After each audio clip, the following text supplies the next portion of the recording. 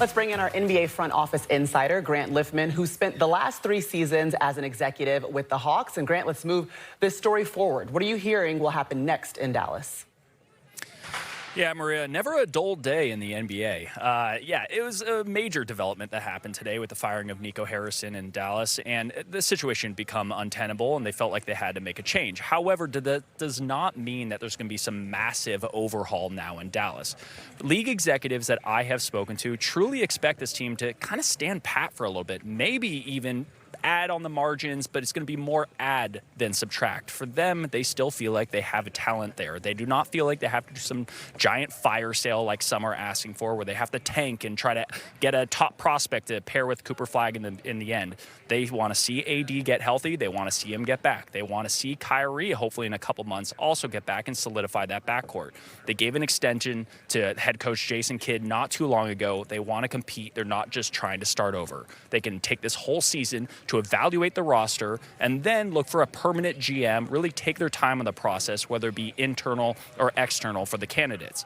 However, having said all of that, like any other team, they will do their due diligence. They will look around. They'll canvass the league and try to see what type of value their players have. Should it become a really bad situation and the bottom falls out there and they feel like they do have to pivot and sell, that all could happen. But in the meantime, the expectation is they stand pat and they try to win, Maria.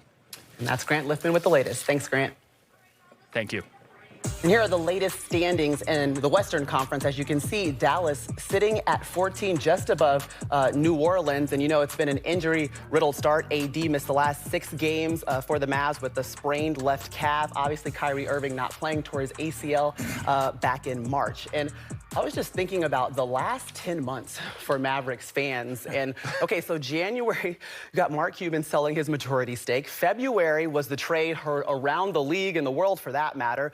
But the Mavs ended up avoiding committing the $346 million in a 5-year supermax. Then you miss the playoffs. Then you come back to June. You draft the #1 overall pick in Cooper Flag. Flash forward to now, the 3-8 start and the firing of Nico Harrison. So that's how we got here. Right. What do we make of the firing, and was it warranted, Melo? This firing signals a reset in Dallas. No, I understand what they're saying out there, but this signals a reset. I think this was an opportunity to give the fans an answer. I don't think the ownership was aligned with where the direction of this organization was going and this team was going. And I think they had a situation. They looked at the record and they came to an agreement. Do I think Nico Harrison is upset? Mm-hmm. No. I think this takes a weight off his shoulders. I think he gets a chance to go be with his family. He gets a chance to just live life because it was stressful. Could you imagine coming to work every single day and the fans and the people that you're trying to impress is saying fire you? Mm-hmm. So I think it was best for both parties to walk away, although it was a firing. Mm-hmm.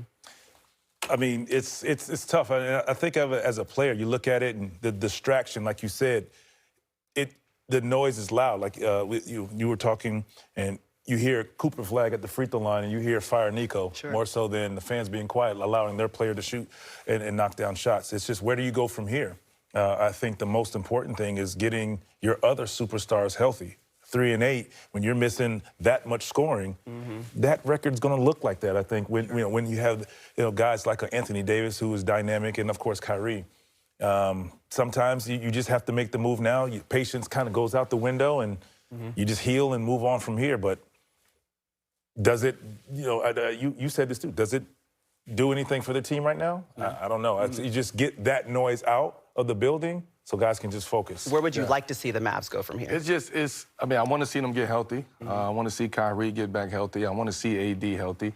Like, I want to see that squad with the pieces that they have around them, with drafting Cooper Flag, adding him to the team, and the other pieces that they have. Clay will come around. I'm not concerned about Clay. Clay get himself going. But I just want to see them compete at the high level, and the only way they can do that is if they're healthy. I don't think this has to do with the front office. It's what they do out there on the basketball court. But this is an opportunity for all GMs around the league to pay attention to the moves that you make, being bold or whatever you want to, however way you want to look at it. You just got to be careful because the moves that you make are just as important than what's happening on the basketball court. Yeah, all we know for sure is right now Nico Harrison is going to be replaced by assistant GMs Michael Finley and Matt Riccardi. They're going to serve as co-interim GMs. Yeah, all right. Finn. Shout out to Finn. Yeah, former Mavs.